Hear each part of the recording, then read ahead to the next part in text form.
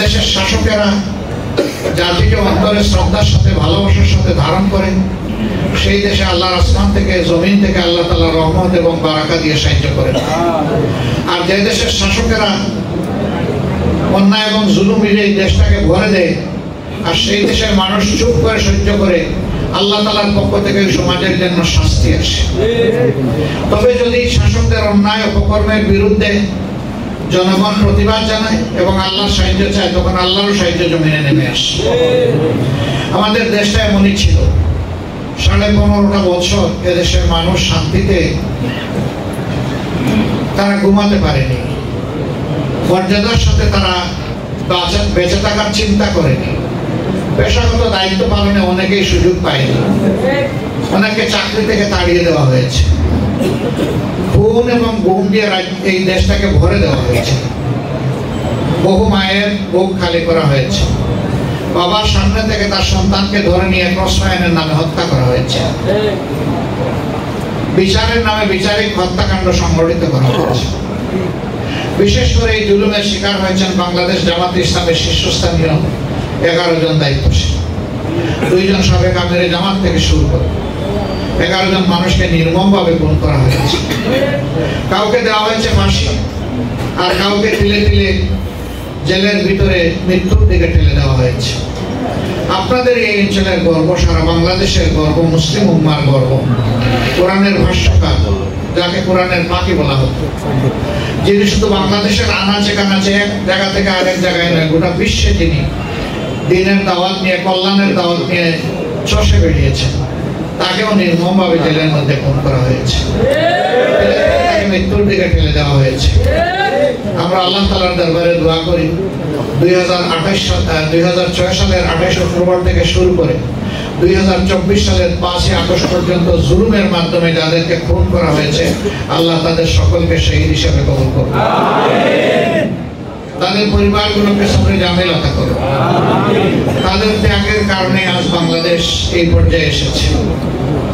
আমি এই জেলায় আরো 2 বার এসেছি, কিন্তু মন খুলে এইভাবে আপনাদের সামনে একটা ঘরের ভিতরে একটা কমিউনিটি সেন্টারে কিংবা রাস্তার মোড়ে দাঁড়ানোর সুযোগ আমার হয়নি। কেন হয়নি তা আপনারা সবাই ভালো জানেন। আমি ওদিকে যাচ্ছি না। আমরা আমাদের অনেক শত শত সহকর্মীকে হারিয়েছি, হাজার হাজার সহকর্মী আমাদের পঙ্গু হয়েছে, কেউ 2 নয়ন হারিয়ে, কেউ 2 পা হারিয়ে, কেউ 1 পা কিংবা 1 হাত হারিয়ে, কেউ আবার জীবনের পথে তাদের মেরুদণ্ডে বুলেট বিদ্ধ হয়ে যাওয়ার কারণে তারা অবশ্যই বিছানায় পড়ে আছে।